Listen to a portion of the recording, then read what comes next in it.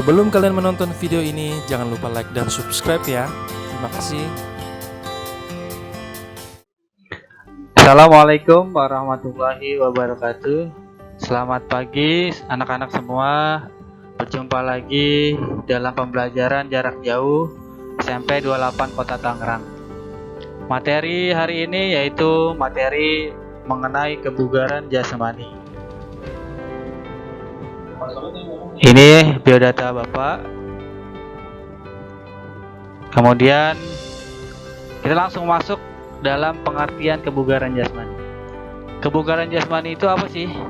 Kebugaran jasmani adalah kesanggupan dan kemampuan tubuh melakukan penyesuaian terhadap pembebanan fisik yang diberikan kepadanya dari kerja yang dilakukan sehari-hari tanpa menimbulkan kelelahan berlebihan. Jadi untuk melihat kebugaran jasmani seseorang, kalian bisa lihat ketika dia melaksanakan kegiatan sehari-hari, dia tidak merasa kelelahan yang berlebihan. Kemudian dalam materi kebugaran jasmani ini ada beberapa komponen yang harus kalian tahu. Yang pertama yaitu komponen kekuatan atau strength. Yang kedua ada komponen daya tahan atau endurance. Yang ketiga komponen daya otot atau power. Keempat ada komponen kecepatan, speed. Kelima ada komponen kelincahan, agility. Keenam ada komponen koordinasi. Ketujuh ada komponen keseimbangan atau balance. Kedelapan ada komponen reaksi. Selanjutnya kita akan bahas satu-satu komponen-komponen tersebut dan jenis-jenis latihannya. Yang pertama yaitu kekuatan atau strength. Kekuatan adalah kemampuan otot ketika digunakan untuk menerima beban sewaktu melakukan aktivitas atau melakukan kerja. Jadi kemampuan maksimal dari otot tersebut bisa otot tangan, otot kaki, otot perut, atau otot tungkai. Jenis-jenis latihan kekuatan yang pertama push up. Ya, ada push up, ada sit up, ada squat jump, ada back up. Ya, di antara jenis-jenis latihan ini memiliki fungsi dan tujuan. Untuk push up melatih kekuatan otot lengan, bahu, perut, dan tungkai. Sedangkan sit up berfungsi untuk melatih kekuatan otot perut. Ya, otot perut itu dibagi menjadi 3.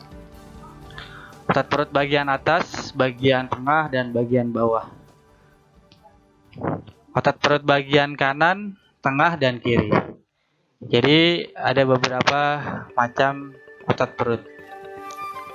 Kemudian squat jump. Squat jump jenis latihan ini digunakan untuk menambah kekuatan tungkai. Ya, jadi mulai otot kaki, otot tungkai, otot paha.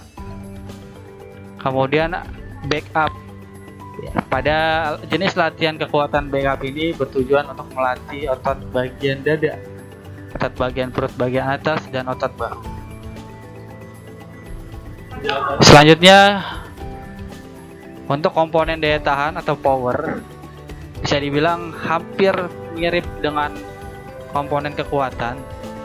Cuma perbedaannya daya otot adalah kemampuan seseorang untuk menggunakan kekuatan secara maksimal yang dikeluarkan dalam waktu yang sangat singkat. Jadi jenis latihan untuk menambah kekuatan daya otot yaitu bisa dengan melakukan vertical jump, kemudian bisa juga dengan melakukan front jump atau sled jump.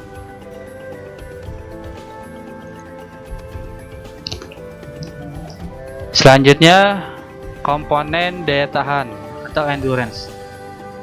Daya tahan adalah kemampuan seseorang dalam menggunakan sistem jantungnya, paru-paru atau sistem pernafasan, dan peredaran darahnya secara efektif dan efisien untuk menjalankan kerja secara terus-menerus dan tidak berhenti.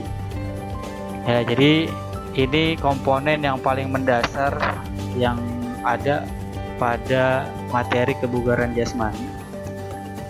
Jenis latihan daya tahan ada berbagai macam, tapi saya ambil di sini 2 contoh. Yang pertama, lari dengan jarak 2 km atau 2,4 km. Kemudian yang kedua, jenis latihan yang kedua yaitu lari dengan waktu 12 menit. Selanjutnya, komponen kebugaran jasmani kecepatan atau speed. Kecepatan atau biasa juga disebut dengan speed merupakan kemampuan seseorang untuk mengerjakan gerakan secara kontinu atau terus-menerus dalam waktu yang sama dan waktu yang pendek atau relatif singkat. Ya, biasanya kecepatan ini banyak digunakan oleh sprinter. Ya, jenis latihannya yaitu lari sprint berulang-ulang untuk meningkatkan kecepatan, atau lari sprint dengan menggunakan parasut yang diikat pada bagian pinggang seperti contoh pada gambar yang ada di tampilan ini. Selanjutnya yaitu komponen kebugaran jasmani keseimbangan atau balance.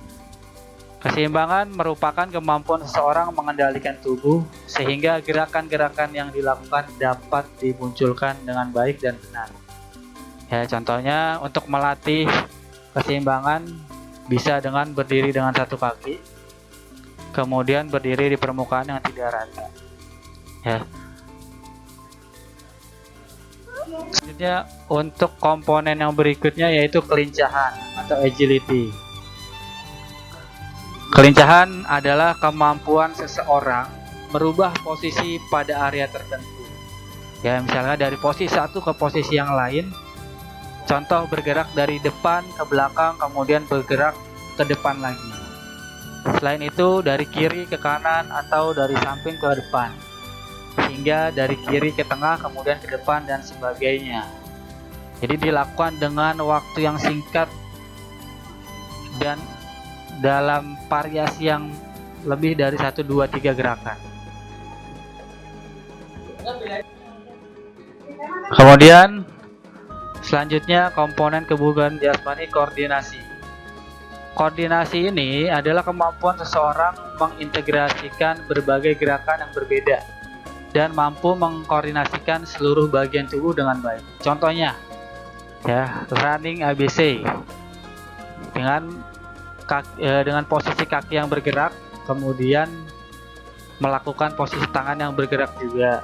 Seperti jenis latihan yang ada untuk contohnya senam dengan berbagai variasi gerakan.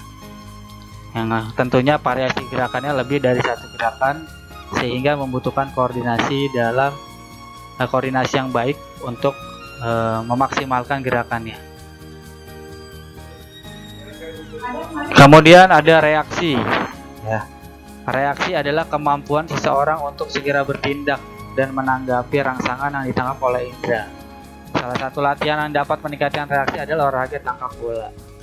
Ya.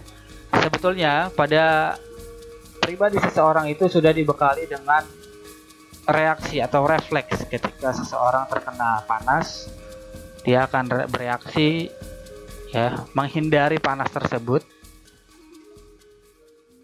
Ya, tapi untuk reaksi ini dapat dilatih.